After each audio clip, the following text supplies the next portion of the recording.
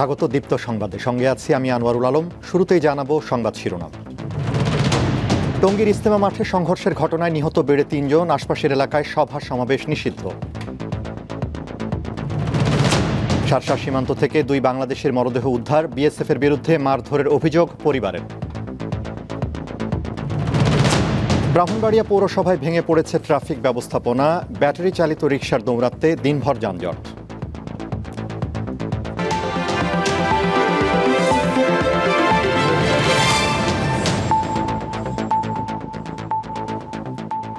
বিস্তারিত। এবার টঙ্গীর বিশ্ব ইজতেমা ঘিরে ঘটে গেল অনাকাঙ্ক্ষিত এক ঘটনা। মাওলানা জুবায়ের ও মাওলানা সাদপন্থীদের মধ্যে সংঘর্ষে প্রাণ গেল 3 জনের। এ ঘটনার পর ইজতেমা ময়দান সহ আশপাশের 3 কিলোমিটার এলাকায় সব ধরনের সভা সমাবেশ নিষিদ্ধ করেছে সরকার। একই সঙ্গে উভয় পক্ষের অনুসারীদের ইজতেমা ময়দান ছাড়তে নির্দেশ দেওয়া হয়েছে।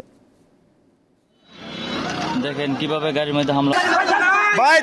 বুধবার দিবাগত রাত 3টার দিকে মাওলানা সাদপন্থীরা তুরাগ নদীর পশ্চিম তীর থেকে কামারপাড়া ব্রিজ সহ বিভিন্ন রাস্তা দিয়ে ইজতেমা মাঠে প্রবেশ করতে শুরু করে। এ সময় মাঠের ভেতর থেকে মাওলানা জুবায়ের পন্থীরা ইটপাটকেল নিক্ষেপ করে। জবাবে সাদপন্থীরাও পাল্টা হামলা চালায়। এক পর্যায়ে সাদপন্থীরা মাঠে প্রবেশ করলে উভয় পক্ষের মধ্যে ব্যাপক সংঘর্ষ হয়।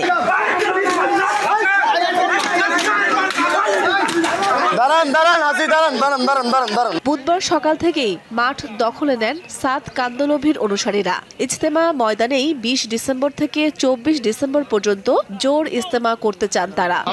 এত সুযোগ সুবিধা থাকার পর যে মাঠ আমাদের ইজতেমার কার্যক্রমের জন্য বরাদ্দ, সেটা ছেড়ে অন্যত্র যাব কেন? দায়টা তারাই নিবে যারা এই শান্তিপ্রিয় মানুষদেরকে অশান্ত করে তুলেছে, যারা সংঘাতের উস্কানি দিয়েছে। পরিস্থিতি নিয়ন্ত্রণে 4 প্লাটুন বিজিবি মোতায়েন করা হয়। পরে গণবিজ্ঞপ্তিতে পুলিশ জানায় বিশ্ব ইজতেমা ময়দান সহ আশপাশের 3 কিলোমিটার এলাকায় সভা সমাবেশ নিষিদ্ধ করা হয়েছে। পরবর্তী নির্দেশ না দেওয়া পর্যন্ত এই আদেশ বলবৎ থাকবে। কোনো সমাবেশ হবে না, অস্ত্রশস্ত্র, লাঠি, বিস্ফোরক দ্রব্য নিয়ে কেউ চলাচল করবে না, 2 এর অধিক ব্যক্তির কোনো সমাবেশ এখানে ঘটবে না, এবং লাউড স্পিকারে কোনো মাইকিং বা অন্য কোনো কিছু শব্দযন্ত্র ব্যবহার করা যাবে না। গাজীপুরের টঙ্গীর বিশ্ব ইজতেমা ময়দানে 29 নভেম্বর থেকে 3 ডিসেম্বর পর্যন্ত মাওলানা জুবায়ের পন্থীদের 5 দিনের জোর ইজতেমা সম্পন্ন হয়েছে। এরপর থেকে ইজতেমা ময়দান জুবায়ের পন্থীদের দখলে রাখে। নানাভাবে মাঠ ছেড়ে দেওয়ার জন্য আহ্বান জানানো হলেও তারা মাঠ দখলে রাখে। দীপ্ত বার্তাকক্ষ। দর্শক, বিশ্ব ইজতেমা মাঠে আছেন সহকর্মী জাহাঙ্গীর আলম, তার কাছে জানবো সবশেষ তথ্য। জাহাঙ্গীর, ইজতেমা ময়দান ছাড়ার নির্দেশনা কতটা বাস্তবায়ন হচ্ছে, আর 2 পক্ষের অনুসারীরা কি বলছেন?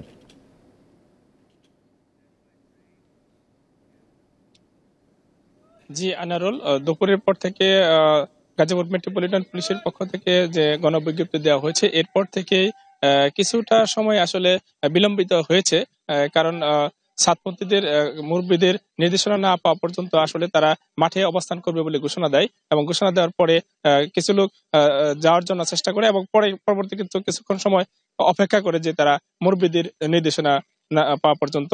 এরপরে কিন্তু আস্তে আস্তে মাঠ খালি হতে থাকে। আমরা যদি দেখাতে চাই, এখন কিন্তু মাঠ অনেকটা ফাঁকা হয়ে গেছে, কেননা মুসল্লিরা নির্দেশনা পাওয়ার পরে মাঠ থেকে চলে গিয়েছে।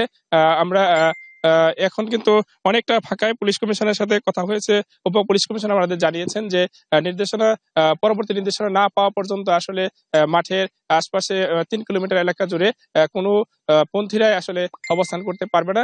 সরাসরি ঢাকা বিভাগীয় কমিশনার নিয়ন্ত্রণে থাকবে এই ইজতেমা ময়দান, এবং এরপর পরই থেকে কিন্তু আসর নামাজ পর্যন্ত কিন্তু অনেকটা পরিপূর্ণ ছিল ইজতেমা ময়দান। এখন অনেকটাই ফাঁকা হয়ে গেছে। যারা কিছু সংখ্যক লোক রয়েছে তারা কিন্তু আস্তে আস্তে বাহিরে বের হয়ে যাচ্ছে। তো আপনি জানেন যে ভোর রাতে আসলে 3টার দিকে 2 পক্ষের মধ্যে সংঘর্ষের ঘটনা ঘটে। সেই সংঘর্ষে আসলে আমরা পুলিশের পক্ষ থেকে যদিও জানানো হয়েছে 3 জন মারা গেছে, কিন্তু মুসল্লিরা জানিয়েছেন যে মাওলানা সাদপন্থীদের পক্ষে আসলে মারা গেছে 3 জন, এবং জুবাইরপন্থীদের মধ্যে একজন মারা গিয়েছে। আসলে পুলিশের পক্ষ থেকে জানানো হয়েছে যে তারা 3 জনের লাশের খবর পেয়েছেন, আরেকজন লাশের বিষয়ে আসলে পুলিশ জানেন না। তো বিকেল থেকে আসলে অনেকটা পুলিশের আইনশৃঙ্খলা বাহিনীর নিয়ন্ত্রণে রয়েছে। এই মাঠের চারপাশে কিন্তু বিভিন্ন স্থানে সেনাবাহিনী এবং পুলিশ, র্যাব এবং বিজিবি যে মোতায়েন করা হয়েছে 4 প্লাটুন বিজিবির সদস্যরা অবস্থান করছে, যাতে করে আর কোনো বিশৃঙ্খলার সৃষ্টি না হতে পারে, এবং এজন্য সতর্ক অবস্থানে রয়েছে আইনশৃঙ্খলা বাহিনীর সদস্যরা। এবং আস্তে আস্তে মাঠ পুরোটা ফাঁকা হয়ে যাচ্ছে, হয়তো মাগরিবের নামাজের পরে অনেকটাই ফাঁকা হয়ে হবে বলে আশা প্রকাশ করছেন আইনশৃঙ্খলা বাহিনীর সদস্যরা। আনারুল। জাহাঙ্গীর, ধন্যবাদ। ইজতেমা মাঠ থেকে জানাচ্ছিলেন আমাদের রিপোর্টার জাহাঙ্গীর আলম। যশোরের শার্শার সীমান্ত থেকে সাবু হোসেন ও জাহাঙ্গীর আলম নামে 2 ব্যক্তির মরদেহ উদ্ধার করেছে পুলিশ জানায়, সকালে 5 ভুলট এলাকার বাংলাদেশের সীমানার ভেতর থেকে জাহাঙ্গীরের মরদেহ উদ্ধার করা হয়। তার শরীরে আঘাতের চিহ্ন রয়েছে। নিহতের পরিবারের দাবি, ভারতীয় সীমান্তরক্ষী বাহিনী বিএসএফের মারধরের শিকার হয় জাহাঙ্গীর। এছাড়া গতরাত 1:30টার দিকে বেনাপোল পোর্ট থানার দিঘিরপাড় গ্রামের সাবু হোসেন ভারতের সীমানায় গেলে বিএসএফের হাতে আটক হয়। পরে বিএসএফ তাকে মারধর করে বাংলাদেশের সীমান্তে রেখে চলে যায়। পরিবারের সদস্যরা তাকে মৃত অবস্থায় উদ্ধার করে পুলিশে খবর দেয়।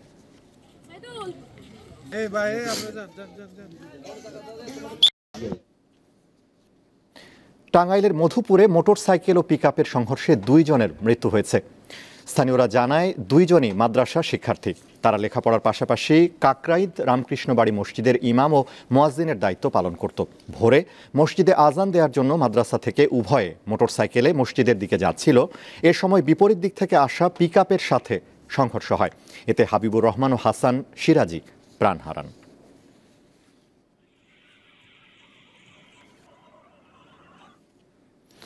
ব্রাহ্মণবাড়িয়া পৌরসভায় ভেঙে পড়েছে ট্রাফিক ব্যবস্থাপনা। অবৈধ ব্যাটারি চালিত অটোরিকশা ও ইজি বাইকের এলোমেলো চলাচলে পৌরবাসীর দুর্ভোগ বেড়েছে কয়েক গুণ। সাধারণ মানুষের অভিযোগ, ট্রাফিক পুলিশ ও পৌর কর্তৃপক্ষ যথাযথ ভূমিকা না রাখায় বর্তমানে পরিস্থিতি অসহনীয় পর্যায়ে গিয়ে ঠেকেছে।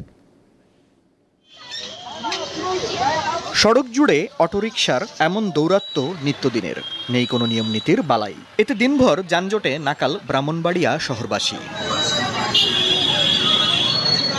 এমন দুরবস্থা যেন আরও বেড়েছে 5 আগস্টের পর। শহরের জেল রোড, কুমারশীল মোড়, সদর হাসপাতাল রোড, টিএ রোড সহ বিভিন্ন গুরুত্বপূর্ণ পয়েন্টে যানজট নিত্যদিনের সঙ্গী। শহরবাসীর অভিযোগ, যথাযথ দায়িত্ব পালনে ট্রাফিক পুলিশ ও পৌর কর্তৃপক্ষের নিষ্ক্রিয়তায় বেপরোয়া হয়ে উঠেছে অটোরিকশা চালকেরা। সপ্তাহের আগে লাইসেন্স ছাড়া গাড়িটিরে একটা ব্যবস্থা করানো লাগতো, নাইলে এই যানজট কোনোভাবে হইতো না। আমি বলছি যে এখানে গাড়িটা রাখছো কেন তুমি? উনি আমার সাথে খারাপ আচরণ শুরু করে দিচ্ছে। হকারদের দখলে পুরো শহর, এখানে উচ্ছেদ অভিযানটা খুবই জরুরি। শহরে হসপিটালে আস্তে আস্তে যানজটের কারণে রোগী মারা যাচ্ছে। এক্সামের কারণে সেখানে আমরা আটকা পড়ে যাচ্ছি। গাড়ি থেকে আমাদের মনে হয় লাভ হচ্ছে না। অনেক সময় কি করতে হয়, গাড়ি থেকে নেমে আমাদের হাঁটা শুরু করতে হয়, হেঁটে আমাদের কলেজে যেতে হয়, যে কারণে আমাদের ক্লাসগুলো মানে সময় মতো পৌঁছাতে পারে। দুর্ভোগের কারণ হিসেবে শহরের সড়কগুলো সরু উল্লেখ করে মাস্টার প্ল্যান গ্রহণের কথা জানালেন জেলা পুলিশের এই কর্মকর্তা। আমরা আমাদের তরফ থেকে একটা মাস্টার প্ল্যান করতেছি। আমরা এই মাসেই আমরা মাস্টার প্ল্যান নিয়ে আগাবো। আমরা বিশেষ করে এই কাজটা করতে চাই, এখন ডিভাইডার দিয়ে আমরা রাস্তাটা যতদূর লম্বা করা যায়, আমরা যাতে স্বয়ংক্রিয়ভাবে গাড়ি ঘোড়া চলবে দুই পাশে। পৌরসভা থেকে 3000 রিকশা ও 1191টি অটোরিকশার লাইসেন্স দেওয়া হলেও সড়কে চলছে অন্তত 10,000 ব্যাটারি চালিত অটোরিকশা ও ইজি বাইক। দীপ্ত বার্তা কক্ষ। জয়পুরহাটে দায়ের করা রাষ্ট্রদ্রোহ মামলায় খালাস পেলেন বিএনপির ভারপ্রাপ্ত চেয়ারম্যান তারেক রহমান। বুধবার জয়পুরহাট চিফ জুডিশিয়াল ম্যাজিস্ট্রেট আদালতের বিচারক এ আদেশ দেন। শেখ হাসিনার বিরুদ্ধে 2014 সালে লন্ডনে একটি সেমিনারে বক্তব্য রাখেন বিএনপির ভারপ্রাপ্ত চেয়ারম্যান। ওই ঘটনায় তারেক রহমানের বিরুদ্ধে রাষ্ট্রদ্রোহিতার অভিযোগ এনে 2015 সালের 28 মে তৎকালীন জয়পুরহাট জেলা ছাত্রলীগের সাধারণ সম্পাদক আবু বকর সিদ্দিক রেজা বাদী হয়ে একটি মামলা দায়ের করেন। দীর্ঘ শুনানি শেষে তারেক রহমানের বিরুদ্ধে অভিযোগ প্রমাণিত না হয় তাকে মামলা থেকে অব্যাহতি দেয়া হলো।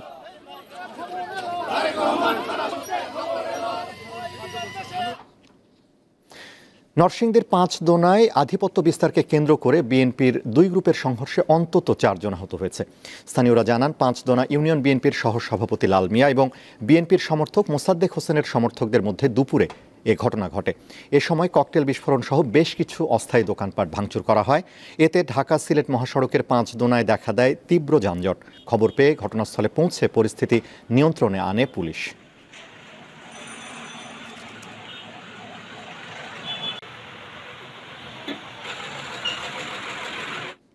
মাদারীপুরে মাত্র 3 থেকে 4 হাজার টাকায় চলে ইমাম ও মুয়াজ্জিনের সংসার।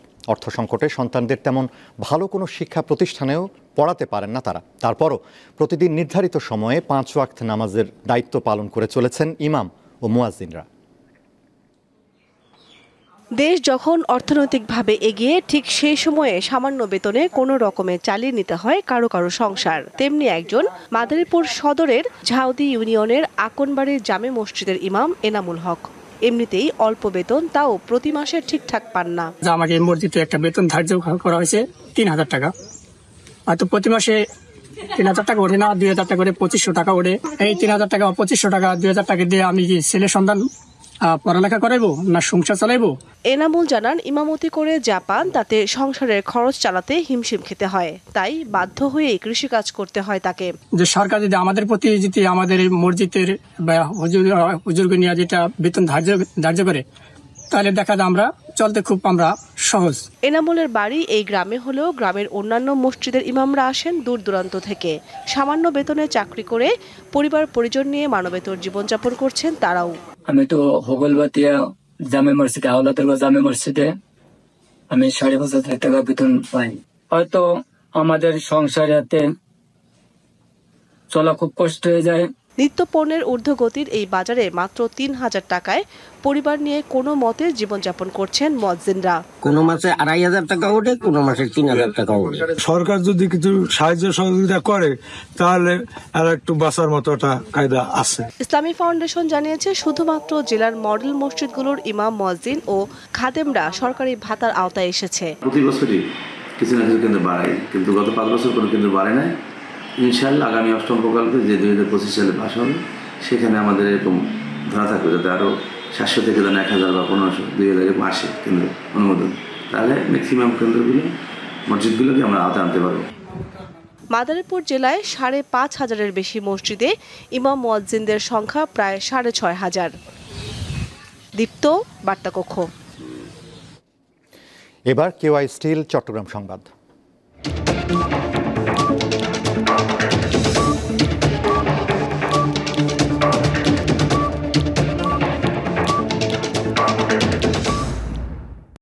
চট্টগ্রামে আইনজীবী সাইফুল ইসলাম হত্যার প্রধান আসামি চন্দন দাস সহ 10 জনকে আরও এক মামলায় গ্রেফতার দেখানো হয়েছে। সকালে চন্দন সহ অন্য আসামিদের কড়া নিরাপত্তায় আদালতে হাজির করা হয়। এরপর মামলার তদন্তকারী কর্মকর্তা তাদের গ্রেফতার দেখানোর আবেদন করলে আদালত তা মঞ্জুর করেন। পরে তাদের কারাগারে পাঠানোর নির্দেশ দেন অবকাশকালীন চট্টগ্রামের 6ষ্ঠ মেট্রোপলিটন ম্যাজিস্ট্রেট। মামলার অন্য আসামিরা হলেন আমান দাস, রুমিত দাস, নয়ন দাস, গগন দাস, বিশাল দাস, রাজীব ভট্টাচার্য, দুর্লভ দাস, সুমিত দাস ও সোনু দাস।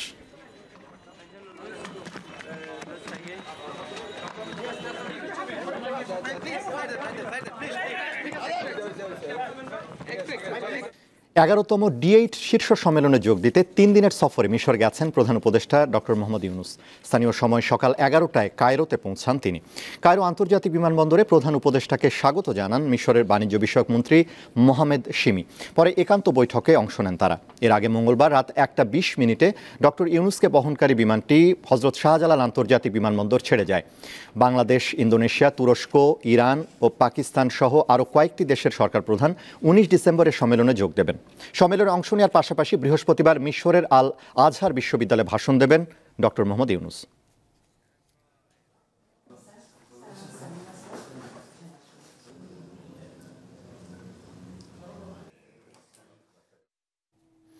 চট্টগ্রামের চাঞ্চল্যকর 10 ট্রাক অস্ত্র মামলায় সাবেক স্বরাষ্ট্র প্রতিমন্ত্রী লুৎফুজ্জামান বাবর সহ 7 জনকে খালাস দিয়েছে হাইকোর্ট। এছাড়া সাজা কমিয়ে 6 জনকে 10 বছর করে কারাদণ্ড এবং উলফা নেতা পরেশ বড়ুয়ার যাবজ্জীবন কারাদণ্ড দেওয়া হয়েছে। বুধবার ডেথ রেফারেন্স ও দণ্ডপ্রাপ্তদের আপিল নিষ্পত্তি করে হাইকোর্ট। রায়ে আদালত জানায় মামলাটির তদন্তে দুর্বলতা ছিল।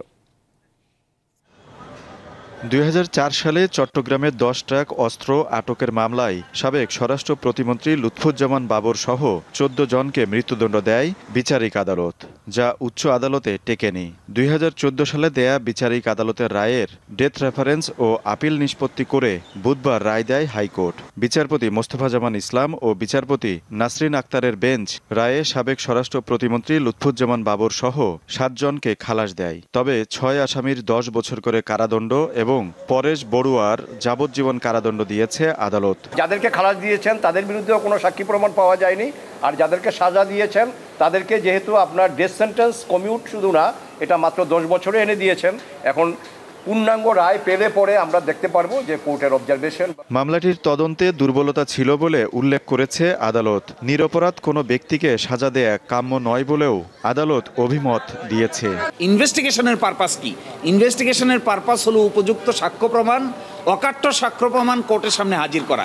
যদি ইনভেস্টিগেশন করে অকাট্য সাক্ষ্য প্রমাণ হাজির করতে না পারে, আদালতের সামনে এভিডেন্স ছাড়া অন্য কিছু দেখার সুযোগ নাই। এই জন্য বাবর সাহেব বেকসুর খালাস পেয়েছেন, নিজামী সাহেব বেকসুর খালাস পেয়েছেন। খালাসপ্রাপ্তদের মধ্যে লুৎফুজ্জামান বাবর সহ 4 জন কারাগারে। মতিউর রহমান নিজামী এবং এনএচআইয়ের সাবেক মহাপরিচালক অবসরপ্রাপ্ত ব্রিগেডিয়ার জেনারেল আব্দুর রহিম মারা গেছেন। এছাড়া সাবেক ভারপ্রাপ্ত শিল্প সচিব নুরুল আমিন পলাতক। আজিজুল ইসলাম, দীপ্ত সংবাদ, ঢাকা। ডেমরায় এক প্রবাসীর বিরুদ্ধে মিথ্যা অভিযোগ ও হয়রানির বিরুদ্ধে মানববন্ধন ও বিক্ষোভ মিছিল করেছে এলাকাবাসী।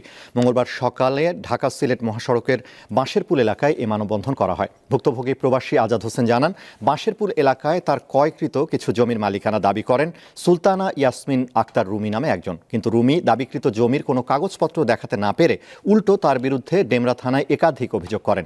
সেই সাথে বিপুল অঙ্কের চাঁদা দাবি করে রুমি। মানববন্ধনে অংশগ্রহণকারীরা অবিলম্বে প্রবাসী আজাদ হোসেনের বিরুদ্ধে দায়েরকৃত মিথ্যা অভিযোগ প্রত্যাহার ও হয়রানিমূলক কর্মকাণ্ড বন্ধের দাবি জানান। মিডওয়াইফারি পেশায় দক্ষ জনবল তৈরিতে 20 শিক্ষার্থীকে বৃত্তি দিচ্ছে বিকাশ। ব্র্যাক বিশ্ববিদ্যালয়ের James P Grant school of public হেলথের মিডওয়াইফারি এডুকেশন প্রোগ্রামের 20 শিক্ষার্থী এই বৃত্তি পাবে। বৃত্তির আওতায় 2 ব্যাচে 10 জন করে শিক্ষার্থী 6 বছরের জন্য টিউশন ফি পাবে। এ লক্ষ্যে মঙ্গলবার রাজধানীর মোহাম্মদপুরের আদাবর ক্যাম্পাসে একটি চুক্তি সই হয়। বিকাশের chief external and corporate affairs officer Sheikh Monirul Islam এবং ব্র্যাক বিশ্ববিদ্যালয়ের James P Grant school of public হেলথের ডিন লরা রেইখেনবাখ চুক্তিতে সই করেন।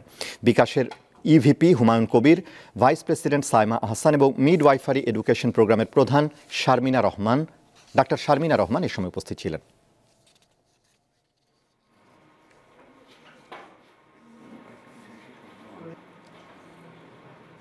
শেষ করব দীপ্ত সংবাদ, তার আগে আরও একবার জানাবো সংবাদ শিরোনামগুলো।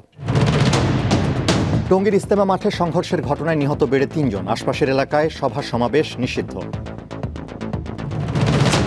শার্শার সীমান্ত থেকে 2 বাংলাদেশের মরদেহ উদ্ধার। বিএসএফের বিরুদ্ধে মারধরের অভিযোগ পরিবারের। ব্রাহ্মণবাড়িয়া পৌরসভায় ভেঙে পড়েছে ট্রাফিক ব্যবস্থাপনা। ব্যাটারি রিকশার দৌরাত্মে দিনভর যানজট।